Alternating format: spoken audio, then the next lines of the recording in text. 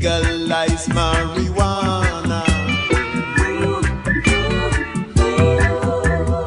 How are you? My name is Stuart Richland. I've been practicing law here in Southern California for about 22 years, and in addition to my broad civil practice, I've been specializing in medical marijuana over the last few years. I have to apologize in advance for reading this, but I don't want to get it wrong. This is a great article by Raymond Cushing at Alternet. The term medical marijuana took a dramatic new meaning on in February 2000 when Madrid researchers announced they had destroyed incurable brain tumors in rats by injecting them with THC, the active ingredient in cannabis. That Madrid study was only the second time THC had been administered to tumor-bearing animals. The first was in Virginia 26 years earlier. In both studies, THC shrank or destroyed tumors in a majority of the test animals. Most Americans don't know anything about these discoveries. Major U.S. newspapers don't carry these stories, which ran once only on AP and UPI. The ominous part is that this is not the first time scientists have discovered THC shrinks tumors. In this 1974 Medical College of Virginia study, which was funded by the National Institutes of Health, they were trying to find that immune system was damaged by pot. Instead, they found THC slowed the growth of 3 kinds of cancers, lung and breast, and a virus-induced leukemia. The DEA shut down the Virginia study and all further cannabis tumor research, according to Jack Herer, who reports on this event in his book, The Emperor Wears No Clothes.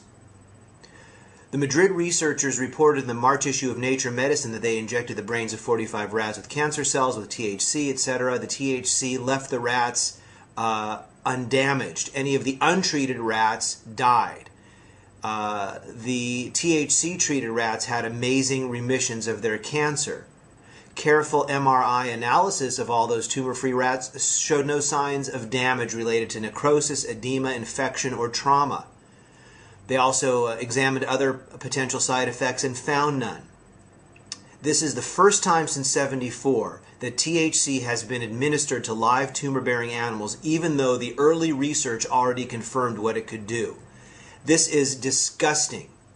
Now, DEA, how can you justify keeping cannabis on Schedule 1, and how can you blame people for utilizing cannabis in their own health regime when the studies clearly show medical benefits? Medical marijuana. Now, Schedule 1 requires that there is no medical use. How can the federal government be giving marijuana to 6 current medical marijuana patients under the IND if there's no such thing as medical marijuana? How can the pharmacies of the world stock Marinol, the synthetic equivalent of one of the THC, one of the cannabinoids in pot? If there's no such thing as medical pot, all of those things would be impossible.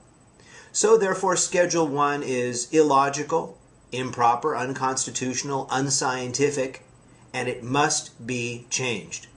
Thank you so much for touching base with 420 Law Office here in Southern California. I represent patients, co-ops, caregivers, landlords, and doctors with reference to the Compassionate Use Act, California's medical marijuana law.